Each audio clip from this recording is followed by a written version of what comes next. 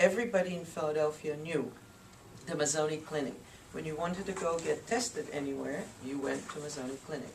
And it was indeed the place that people knew that they will always be welcome, there will always be compassionate care for them, and they will never be judged. And I think that was the beginning and continues to be what we at Mazzoni Center are all about because of Peter Mazzoni.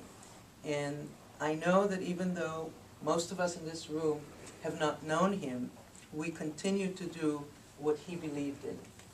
And to kind of get a little better glimpse of who this extraordinary young man was, I think we have some readings, and we're fortunate enough to have some people here who have known him and have been friends with him for many years to speak about him.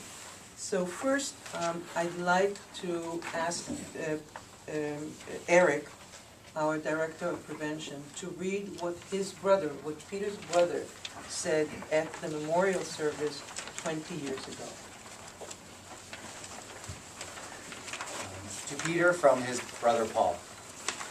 In contradistinction to many people, the quantity of years Peter spent with us were few, but their quality was great. By the time he had attained 30 years of age, he had helped more people than most of us ever will. His personal and professional lives were full, and his parents and family were always extremely proud of him. Following his inspirational recovery from his stroke, he attained his Doctor of Medicine degree at age 23. He never looked back and soon settled in Philadelphia, where his greatest works were to take place. Eventually, Peter became primarily involved treating a segment of society often scorned or ignored and yet present all around each one of us, those people living with AIDS. He freely treated all that needed it. His generosity knew no limits, and along with a group of other wonderful people, distributed money so that patients' rents or utility bills could be paid. Attaining personal wealth was not high on his agenda, but nonetheless, he was indeed rich. This was due to the vast quantity of friends that surrounded him and who helped care for him up until the very end. Some of his closest friends are here today, and to them the family expresses deepest thanks. Peter taught us respect for all, compassion before scorn, to work hard for what you want and never give up. Life owes us nothing. We must create our own road through it, even if it is the one less traveled.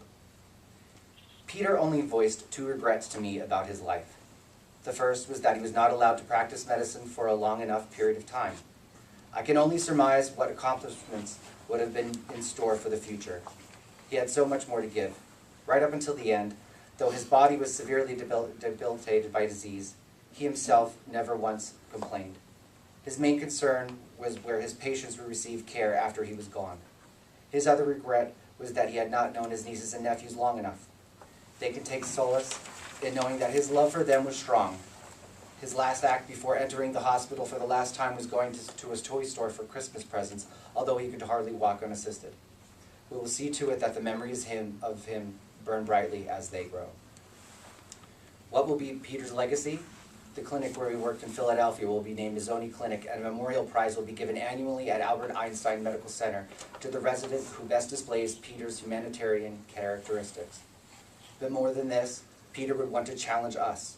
Whenever we find prejudice, we must eradicate it. Whenever there is ignorance, we must educate, and whenever there is wrong, we must at least try to right it. Peter was many things to many people: a healer, beloved son, best uncle, trusted friend, and faithful confidant. All of our lives have been dimmed by his passing.